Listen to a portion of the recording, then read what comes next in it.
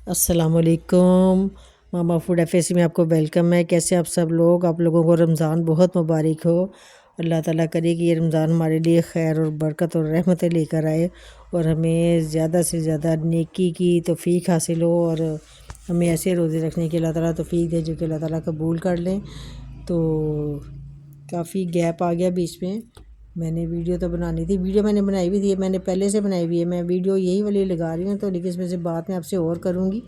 ये वीडियो मैंने ना काफ़ी देर पहले बनाई थी, उसके बाद बस थोड़ा मसला हो गया कि मेरा फूड पाना पे अभी ब्रेक भी आया हुआ है क्योंकि मेरे ना चोट लगी थी पाँव पर, जिसकी वजह से मैं अभी उसको कंटिन्यू नहीं कर पा रही। तो मैंने सोचा कि चलो मैं उतनी देर वीडियो तो बनाऊँ, तो जो वीडियो बनी हुई यानी कि उसमें मैं इसको करूँ लगाओ, थोड़ी सी कोई नॉलेज शेयर करना चाहूँगी आपसे।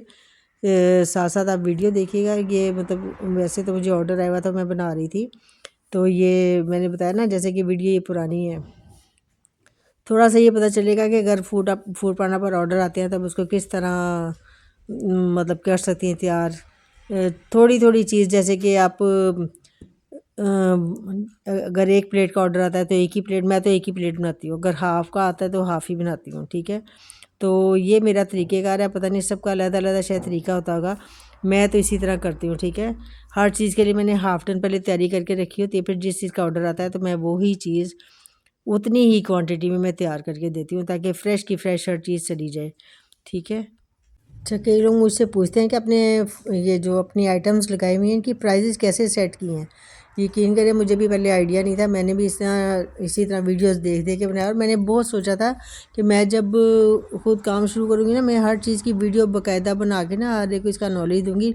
लेकिन बस बाज़ औक़ात ऐसी इस तरह का इंसान हालात का शिकार हो जाता है या फिर वो बिज़ी इस तरह का हो जाता है कि वो नहीं कर सकता ये सारी एफ़र्ट। तो लेकिन ये है कि अभी भी मैं चाहती थी कि मैं आपको बताऊँ तरीका कि उसमें फूड पांडा पे कैसे अपने जो है ना मेन्यू के ऊपर आइटम्स आपने कैसे लगाने हैं और क्या करना है।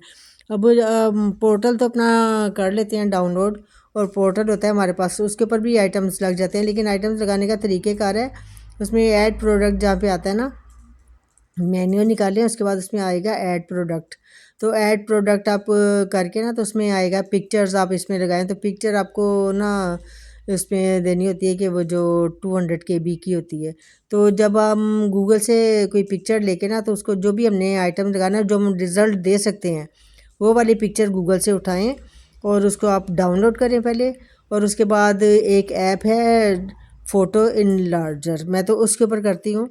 तो उसके ऊपर जाएँ तो उसमें जो है ना आप वो करें, उसमें ब्राउज़ करें फ़ोटो को जो आपने इमेज जो आपने डाउनलोड किया हुआ है ना उसको करें। तो उसके बाद उसमें उसके जेपीजी ना उसका बढ़ा के ना, तो उसके ऊपर आता है ना जेपीजी वगैरह, तो उसको मतलब कि उसका एक मार्क दिया होता है, उसको आप ज़्यादा करें कम कर सकते हैं। 1-2 दफ़ा आप ट्राई करेंगे तो आपको आ जाएगा। पोर्टल के ऊपर आपने लगानी है, लेकिन गूगल से आपने ये सारा काम करना है। गूगल के ऊपर आपने जाके इमेज डाउनलोड करना है और उसके बाद गूगल पे ये ऐप है फ़ोटो इनलार्जर, उसमें जाके आपने इमेज को बड़ा करना है और उसके बाद आपने उसको प्रोडक्ट में लगाना है, जिसमें भी लगाना है। और जहाँ तक प्राइस सेट करने का ताल्लुक है, उसमें ये है कि आपने ये देखना है कि आपने इसमें से जो भी आप प्राइस लगा रहे हैं, इसमें से आपने तीसरा हिस्सा तकरीबन फूड पांडा को देना है। और तीसरा हिस्सा तो मतलब कहते ही हैं, लेकिन ज़्यादातर फूड पांडा भी ना हाफ तकरीबन ले जाता है, मतलब कि कभी किसी टैक्स की मद में, कभी कोई और फ्री डिलीवरी या फिर कोई जो हमने वो लगाया होता है डिस्काउंट वगैरह, तो हमारा तकरीबन 50% उसमें चला जाता है, ठीक है। तो वो ये आपने देखना है कि मैं कितना मेरा इसके ऊपर कितना खर्च आया है। मैं इसके 3 हिस्से अगर करूँगी तो मेरे खर्च के बाद मेरी बचत क्या है। एक हिस्सा मैं फूड पांडा को दे रही हूँ, 3 हिस्से हम कर रहे हैं, क्योंकि वो जो डिस्काउंट है फिर भी हमारे ही हिस्से में आएगा और जो फ्री डिलीवरी है वो भी हमारे ही हिस्से में आएगी। तो वैसे मैं बता रही हूँ टोटल आप लोगों का ना 50% के करीब कट जाता है। तो 30% फूड पांडा का, मिसाल के तौर पर अगर एक चीज़ है 300 की आपने मतलब लगानी है, तो आप ये सोचेंगे कि 100 तो इसमें से फूड पांडा को चला जाना है, 200 मेरे पास रहेगा। तो इसमें से मेरी इसमें कॉस्ट कितनी आई है, तो जब आप अपनी कॉस्ट देखेंगे ना कि ये मेरी चीज़ इतने की आई है, इसमें मैंने इतना इतना इन्वेस्ट किया, ये चीज़ इतने की, वो चीज़ इतने की, अपनी गैस, अपनी बिजली, हर चीज़ आपने उसमें डाल के ना तो आपने अंदाज़ा लगाना है कि भी होना ये चाहिए कि आपको भी इतना ही बचत हो जितनी फूड पांडा के पास जाती है, लेकिन ऐसा होता नहीं है। फूड पांडा को भी ज़ाहिर बात है वो अपना मेल राइडर वगैरह प्रोवाइड करते हैं, ऑर्डर में देते हैं, अपनी ऐप चलाते हैं, उनके कई मतलब कि ज़ाहिर बात है उन्होंने अपने मुलाजमिन को तनख्वाहें वगैरह देनी होती है, तो वो इसी में से काटते हैं चीज़ें। तो वो जो 30% है शायद उनके पास भी इसमें से कम ही जाता होगा, लेकिन ये कि काफ़ी ज़्यादा हो जाता है, कट हो जाता है। तो ये सोच के अपने प्राइजेज़ लगाने हैं, तो इस तरह आपके पास 200 बचेगा। फिर आपने उसमें देखना है कि आपकी जो उसमें कॉस्ट आई है ना, अगर आपकी कॉस्ट 100 आई है फिर तो ठीक है, आपको 100 बच जाए, लेकिन ऐसा होता नहीं है। और इस कॉस्ट को बढ़ाने के लिए मैंने काफ़ी अपनी अगर हाई की ना अपनी मैंने प्राइजेज़ थोड़ी सी, तो मुझे कस्टमर भी कहते हैं आपकी प्राइस थोड़ी हाई है, लेकिन अब क्या करें कि ये हिसाब लगा के ही करना पड़ता है। अगर हम देखें, अगर हम 300 में वो चीज़ कर रहे हैं तो वो हमें इसमें से अगर बचत होती है तो मेरे ख्याल से हार्डली 50-60 रुपीज़ बचत होती है। तो अगर हम ये सोचें कि हमें भी इतनी बचत हो जितनी फूड पांडा की, तो उसका भी चार्जेस बढ़ते जाएंगे। जैसे मिसाल के तौर पर उसी प्रोडक्ट की हम कीमत कर लेते हैं 500, तो 500 कर लेते हैं, तो उसके में उसमें से आप हिसाब लगाएं कि उसका उसके 3 हिस्से करें, ठीक है, तो तकरीबन 160 के करीब आएगा, 160। तो 160 फूड पांडा का निकालिए तो बाकी फिर वही 340 रह गया। तो 340 में से अपनी कॉस्ट पहले निकालनी है, फिर हमारा जो डिस्पोजेबल सामान लगता है उसका सारा खर्च हर चीज़ का, है ना, वो निकाल के तो फिर आपने देखना आपकी बचत कितनी है। तो फिर भी इतनी ज़्यादा नहीं बचत हो पाती, ठीक है, कॉस्ट हमारी फिर भी बढ़ जाती हैं, लेकिन बचत क्योंकि उसी हिसाब से फिर देना भी पड़ता है, खर्च भी उसी हिसाब से करना पड़ता है। तो बस ये कि चले, बचत तो थोड़ी ही होती है, लेकिन है कि ये आपका जैसे अब कुकिंग होती है तो जो जो भी होता है उसमें से मतलब हमारे किचन का जो है ना खर्च वो निकलता आता है। बस जो भी लोग ये करना चाहते हैं, इन्वेस्ट तो हर चीज़ में करना पड़ता है। अगर आप ये कहेंगे कि बगैर इन्वेस्टमेंट के ये काम शुरू हो जाए तो ऐसा पॉसिबल नहीं है।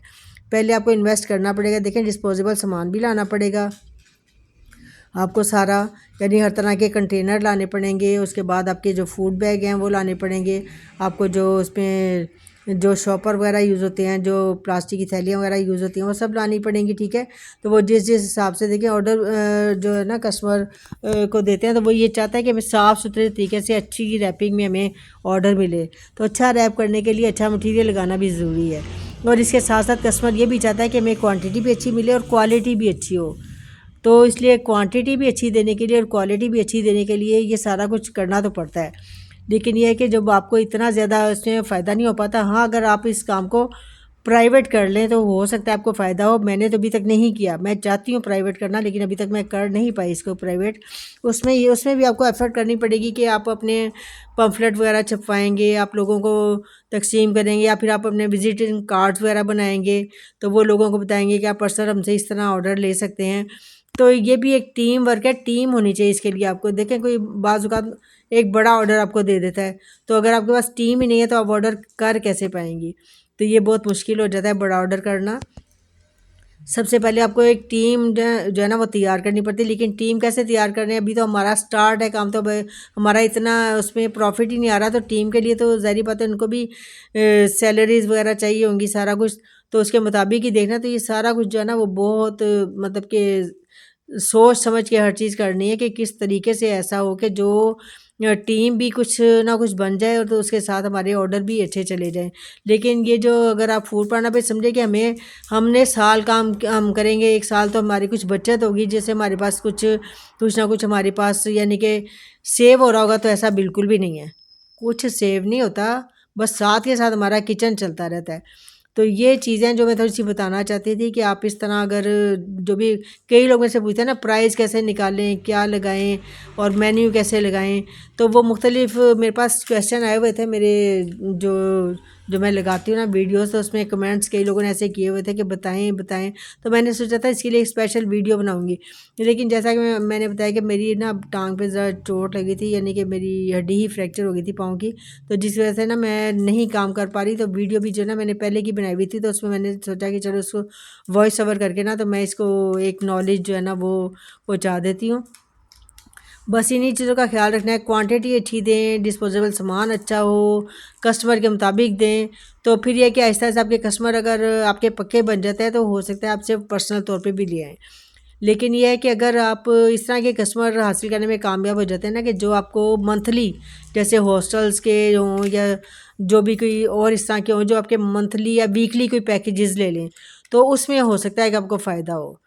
तो ये देखें, अब जैसे मैंने हाफ़ प्लेट मैंने चावल की या 2 हाफ़ प्लेट्स हैं, तो मैंने थोड़े ही, इतने ही मैं चावल बनाती हूँ। आलू मटर राइस मेरा काफ़ी ज़्यादा मतलब लोग पसंद करते हैं, तो इसीलिए वो करते हैं। लेकिन हर एक को पता चलता है, एक तो चावल खुशबूदार हों, अच्छी क्वालिटी के चावल वगैरह यूज़ करें। लोग ज़्यादातर सेला चावल यूज़ करते हैं जिसकी खुशबू नहीं होती, और मुझे वो पर्सनली ये नहीं, इसलिए ठीक है खिले खिले तो बनते हैं, लेकिन इसमें वो वाली खुशबू नहीं होती जो कि ना, जिसकी वजह से हमारा दिल करता है खाने को। मुझे खुद भी ना इस तरह सेला चावल वगैरह बने हो ना, तो मेरा भी दिल नहीं करता। इसलिए मैं कहती हूँ जो चीज़ मुझे पसंद नहीं, फिर मैं दूसरों को वो क्यों दूँ।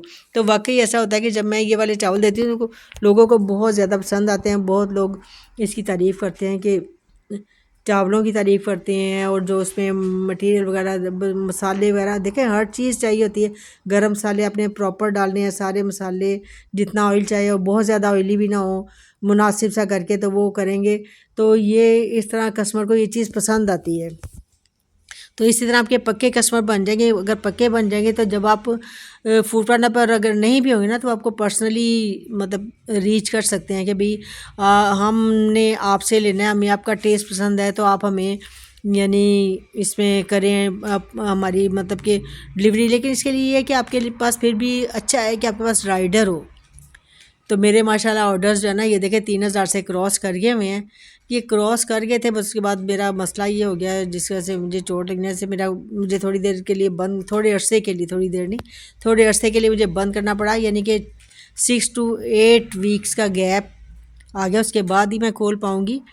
तो लेकिन यही है बात, मैं जो करना चाहती थी कि आप अच्छी, एक तो सफाई का ख्याल रखें बहुत ज़्यादा अच्छे तरीके से, और उसके बाद जितनी चीज़ कस्टमर को चाहिए उतनी ही ताज़ी बना के दें। तो इस तरह आपका किचन इंशाल्लाह अच्छा चलेगा। वीडियो काफ़ी लंबी होगी, अगली इन्फॉर्मेशन अगली वीडियो में इंशाल्लाह दूंगी। तब तक के लिए मेरी तरफ से बहुत सारी दुआएं, अपना ख्याल रखें और मुझे इजाज़त दें। अल्लाह हाफिज़।